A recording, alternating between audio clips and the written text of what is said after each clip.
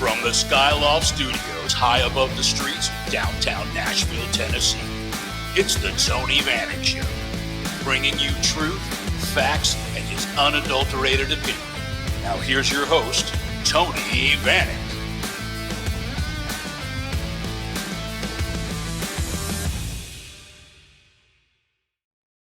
Hello and welcome. Today is January 15th, 2021. Welcome to the show. Today's show is going to be about what's happening currently here in the United States. We're rapidly approaching January 20th. There's a lot of chatter about what's going to happen, whether Biden will be sworn in as president on Inauguration Day, what is happening behind the scenes. So I want to try to cut through a lot of the misinformation that's floating around out there and go over some of the things that I know have been confirmed through some pretty reliable sources, go through some theories that are floating around out there that actually seem like they could really hold water as far as where we're headed as a nation. So I'm going to go through this information as quickly as possible, kind of give you some of my theories, some of my opinion. This is by no means anything that I'm predicting that's going to happen because, unless you're in the inner circle of what's going on, there's no way anybody, at least in my opinion, is going to actually know for absolute a matter of fact what's going on. So I'm going to run through a few things. There's been a lot of talk about the Insurrection Act. Probably going to catch a lot of heat, a lot of flack for this, but you know what they say: if you want the truth, you want answers? I think I'm entitled. You want answers? I want the truth. You can't handle the truth. So the Insurrection Act, there's been a lot of talk about that. I actually have heard from several reliable sources, heard it from General McInerney, that it was actually signed by President Trump. The reason you haven't heard about it is, from what I understand, it isn't officially enacted until it's publicly declared, and it hasn't been publicly declared by the president yet. So what the timeline is, I have no idea, but that I would hang my hat on the fact that happened. That's done. As far as information about the election and things that happened, and people that are saying, there's no evidence of fraud and there's evidence of fraud. If you're just watching the mainstream media, you are being grossly misled. As far as I know, every single case of voter fraud that has been brought to the courts, whether they were state court or federal court, not one of those cases was dismissed or thrown out due to cause. They were all dismissed due to standing, which is a procedural issue that the judge can decide, well, you have no standing in this case, so I'm choosing not to hear it. At no point in time did anybody look at the evidence in these cases and dismiss it due to lack of evidence. So people that say there's no evidence, you're full of crap, because there's a ton of evidence. There's thousands of affidavits. They've, without getting into detail, because I know tons of people have covered the subject, but you just need to quit with this misinformation that there's no evidence of voter fraud. So let's get that out of the way and we'll move on. If you look at what's happening on the ground, and there's really no logical explanation for what's happening in DC right now. You have the entire National Mall that's on lockdown. They've built fences and barricades. As of yesterday, they were stringing concertina wire, razor wire around parts of the fencing. Why? Why would they do that?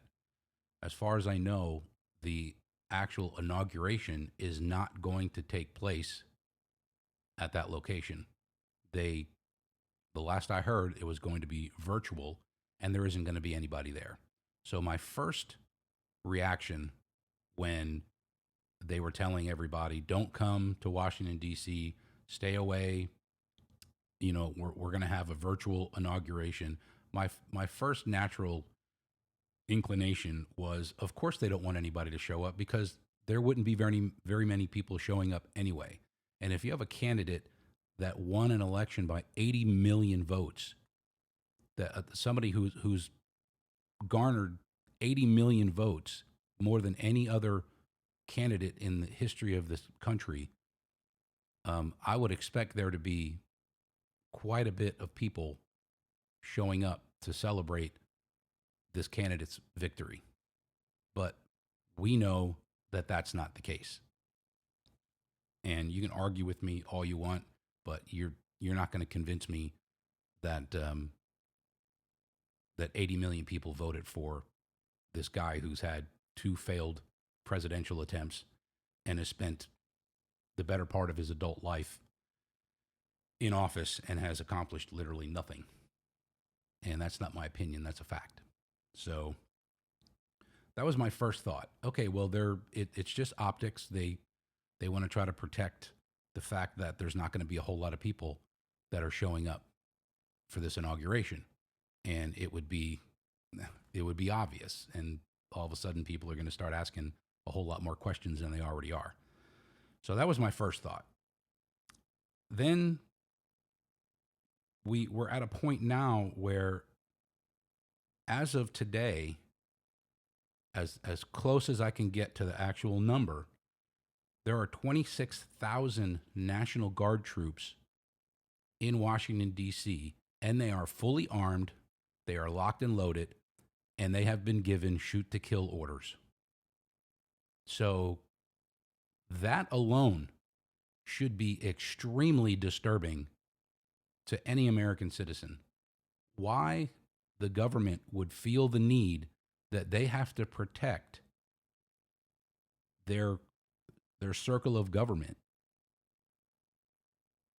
with 26,000 National Guard troops. There's more military on the ground in Washington, D.C. than Iraq and Afghanistan combined.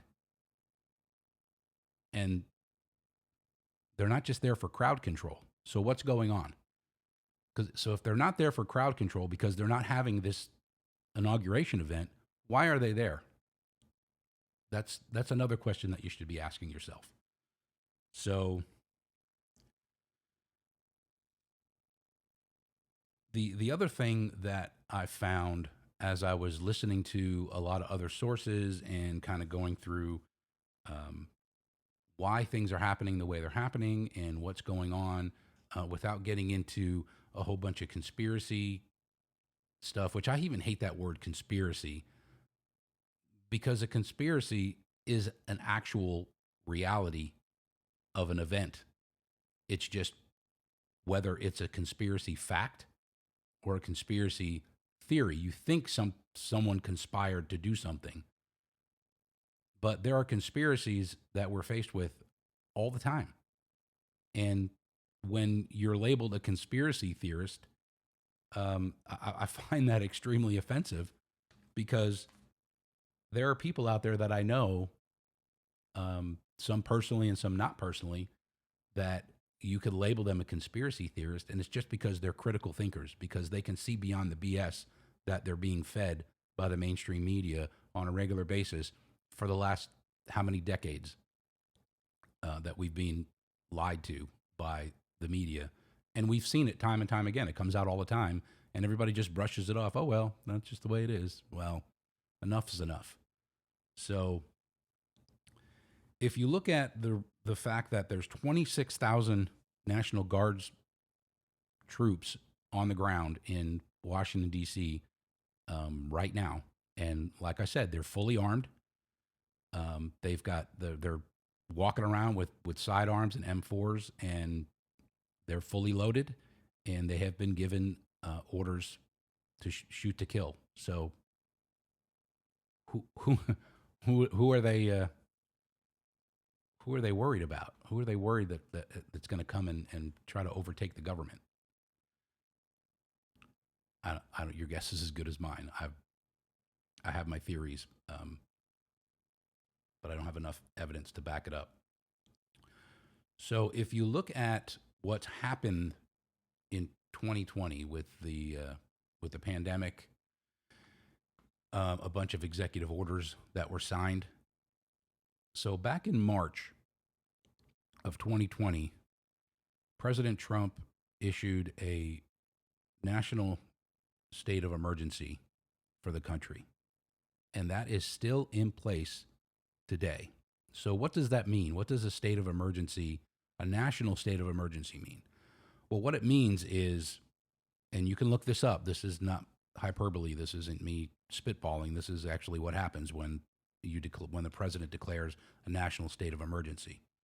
What that does is that initiates FEMA and puts FEMA in charge of the continuity of government. That's FEMA's main purpose, is continuity of government. And they do it in natural disasters. When they have to go to a state, say it was a flood or a hurricane or whatever, and there's a major disaster, FEMA is able to go in under the state of emergency, but it's typically a state of emergency for the state, not the nation. And they're able to go in and set up infrastructure, set up communications, set up they have the authority to set up leadership, governmental leadership in that area to handle whatever the citizens require, whatever they need during that emergency. Well, when you declare a national state of emergency, which covers the entire nation, that puts FEMA in a place of literally total control. So years ago, during the Obama administration and running up to the 2016 election, there was a lot of talk about FEMA camps, and they're going to gather up all the patriots, and they're going to gather up all the citizens, and they're going to shove us in these FEMA camps and whatever. Well, that's actually what could happen right now, but on a different scale. And it's not that they're rounding up citizens, it's FEMA is putting military personnel in place throughout the country in major metropolitan areas. And if you've heard any chatter, there's been a ton of military movement over the past week or so. I've seen it here in Nashville. A lot of flights going back and forth, military aircraft, a lot of Chinook helicopters flying around here. I've seen it. I've had people reach out to me in other states, in Pennsylvania and Texas, that there's a lot of military movement going on right now. And I believe the reason for that is they're positioning military resources under the operation of FEMA so that if there is some type of a civil disruption, a civil uprising in these areas, that the military can go in and protect basically the people of those areas, protect the civilians. That's what they're there for. So that's kind of where we are with FEMA. Now, what I thought was interesting, and the other thing is FEMA is basically coordinating the activity that's going on in Washington, D.C. right now with the barricades going up, and those are FEMA personnel that are doing that along with the National Guard. So what I thought was really interesting is, and there's no coincidences here, this is, as far as I can see, this is as strategically planned out as you can possibly make it. I'm going to bring up a few individuals that are at the top of the ranks here, and they just came to these positions within the past year, if not within the past month or so. So the first person that you may or may not have heard of is Pete Gaynor. And he is, as of January 16th of 2020, he is the administrator of FEMA. And January 12th of 2021, he was appointed acting secretary of Homeland Security. Both of these appointments are active and current, and he was put in place by President Trump. Now, who is Pete Gaynor? Well, let's just take a look and see who Pete Gaynor is. Now, he served in the U.S. Marine Corps for 26 years and retired at the rank of lieutenant colonel. He, he was an executive officer responsible for the security of Camp David. He was the head of plans, policy, and operations at the headquarters Marine Corps during September 11 attacks, and deployed with the 1st Marine Expeditionary Force, where he coordinated combat operations in Al Anbar Province, Iraq, for multinational and Marine forces. So this guy is hardcore Marine, hardcore military. He was confirmed by the Senate in 2018, in October 2018, as the deputy administrator of the Federal Emergency Management Agency, FEMA. And then, blah, blah, blah, blah. And on January 14th, 2020, he was confirmed as the administrator. And then he was sworn in 2 days later, on January 16th. He is right now the acting United States Secretary of Homeland Security. So if FEMA is going to take over operations in the country and is going to be in charge of military forces on U.S. soil, I think this guy'd probably be the person that you'd want running the show. It makes sense to me. So that's very interesting. And like I said, this all played out between 2020 and now. So, like I said, no coincidences. So we move from Peter Gaynor to another gentleman,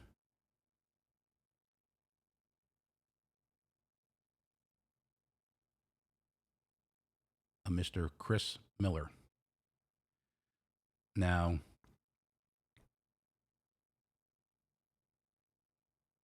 Chris Miller is currently the acting Secretary of Defense in charge of the Department of Defense. So Chris Miller is working in concert with FEMA and Pete Gaynor. Again, another person, Chris Miller, who has an extremely strong military background. Now, it's not unusual to have somebody with his credentials running the Department of Defense, obviously. But the fact that Trump just put him in recently, as of November of 2020, is when he was brought in as the acting Secretary of Defense.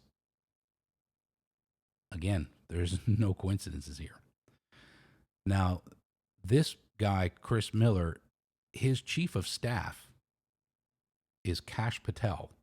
And if you've never heard the name Kash Patel, you need to go back and look at all of the Russiagate stuff that came out and all of the information that Devin Nunes has put forth about the Spygate and Russiagate and all that other stuff that was going on that, as far as I know today, a lot of that stuff was declassified.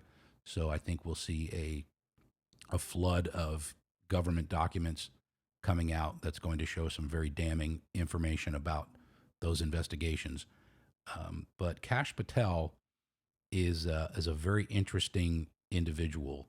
He is a cybersecurity expert and has done some really interesting covert work for Devin Nunes. So to have somebody with his credentials as the chief of staff in the Department of Defense, with everything that he knows and all the evidence that he's uncovered with the Russiagate and the Spygate, again, these people are there for a very specific reason. And I'm not making any predictions, but it begs to question what exactly is going on. Because in my opinion, if President Trump was going to be done in 5 days, why go through all this? Why put all these people in place? Why sign these executive orders and initiate the Insurrection Act if you're just gonna go away, you're gonna be done? So kind of makes you wonder. So if you're not asking yourself these questions, then you're not paying attention. And right now, more than ever, the American people need to pay attention. Stop watching CNN, stop watching Fox News, stop watching MSNBC, NBC, ABC, all of these major networks. They're all in the pocket of these politicians, of these big corporations that are running things. You need to dig in, use DuckDuckGo, do some research. Just get in there and do some homework. Look for some alternative media sources. There's a lot of really good podcasters out there right now. Bards FM is really good. He's been doing some incredible work, and this is a guy that has some pretty heavy duty credentials. There's another. There's so many of them. I'm totally going blank. But there are a lot of places that you can go online, as long as we still have internet access, to find out truly what's going on. If you're interested in the truth, and that's pretty much all I do, is look for the truth.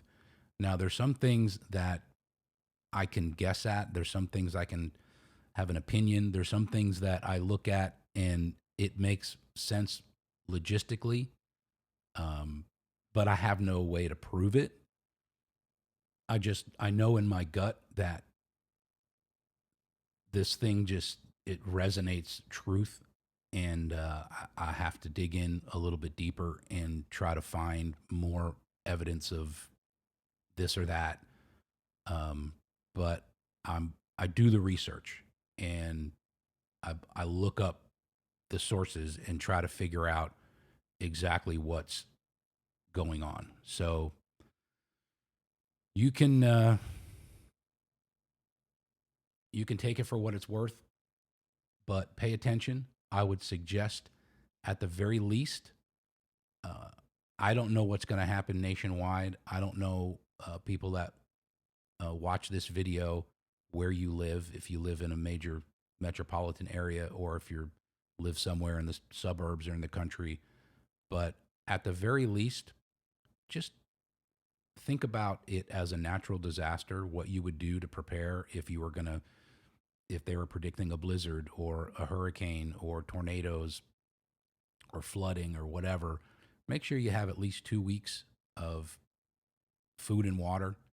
Make sure that you have some type of alternate power in case the power goes out for some reason. I don't have any absolute evidence that there's going to be any widespread outages. I've I've heard a few things about a 2-week national lockdown. I don't know how factual that is or why that would be needed. Um, I've heard that there's going to be 120 days of military control uh, up till April, and that Trump would be inaugurated as the president in April. That we would have no official presidential leadership from January 20th until April, and that FEMA and the military would be controlling the government at that point. Again, this is just stuff that I've heard. I have not been able to find any actual documentation to prove that that's actually going to happen. But I only bring it up because a lot of it just makes sense. And if you're following mainstream media, you're being lulled to sleep. I mean, whoever heard of the office of the president elect? It doesn't exist. They put these things in place for optics to make you believe something that isn't true. I mean, and I can go on and on with example after example of what they do with the mainstream media and how they perpetrate all of these false stories. I mean, getting back to what happened at the Capitol. They're saying that a bunch of patriots showed up and stormed the Capitol and broke in and caused all this chaos. And the federal investigators came out and just yesterday and today and have confirmed that this was planned out by other parties. That Trump's speech was still going on when this insurgency happened at the Capitol. The timeline doesn't match up, and they've already arrested a handful of people that are known Antifa and BLM sympathizers and organizers. So if you think about all of the rallies that President Trump has had, even just this past 2020, before the pandemic and even during the pandemic, and you look at all of the rallies and the tens of thousands of people that showed up, and you had not one injury, not one burning building, not one car damage, not one police officer hurt, nothing, because that's just not the way we think. We don't operate that way. We believe in law and order. We support law enforcement. We support the military. So watching the optics of that day, I didn't believe it from the moment I saw it. It just didn't make any logical sense to me. And I know people that were there on the ground that I spoke to after the fact, and they confirmed to me exactly what I saw. That just wasn't factual. I had an individual that I spoke to personally that was there that swore to me. He's like, Tony, the stuff that you're seeing on TV, most of it was staged, and it was done just for the optics. The people climbing the wall, trying to scale the wall. He said if they would pan back and look at that area, there's staircases that go up on either side of that area, and they were just climbing the wall, just goofing around, climbing the wall, and the media took a picture and framed it as this massive insurgency, and these people were just clowning around in that area. Now, did people get hurt? That woman got shot. That is the whole thing. I don't know the facts to that.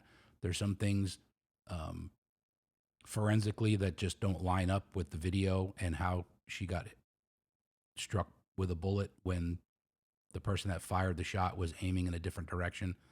That doesn't make any sense to me either. But like I said, I don't have the evidence to show exactly what happened there. But the story that you're being told is not the truth. It's a version of the circumstance and events that took place that day that aren't based on 100% fact. So be careful what you believe. Be careful what you consume. Guard your heart. Guard your mind.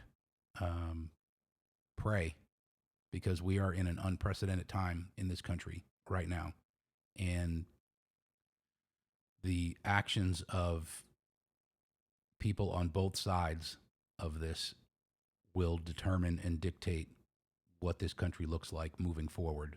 So just protect yourself. Make sure that you and your family are safe. Make sure that you have plenty of food and water. Like I said, at least 2 weeks. If you have neighbors, maybe coordinate with them. If maybe they have an emergency generator and you don't, if anything happens. And again, I'm rather be prepared and take these precautionary measures now and not need it than something happens and you're not prepared for it. So again, I'd rather err on the side of caution just until we get through this next week or so, until we see how things kind of play out. But be careful out there. God bless you all. God bless the United States of America.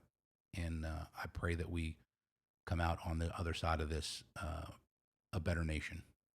So with that, I will bid you adieu.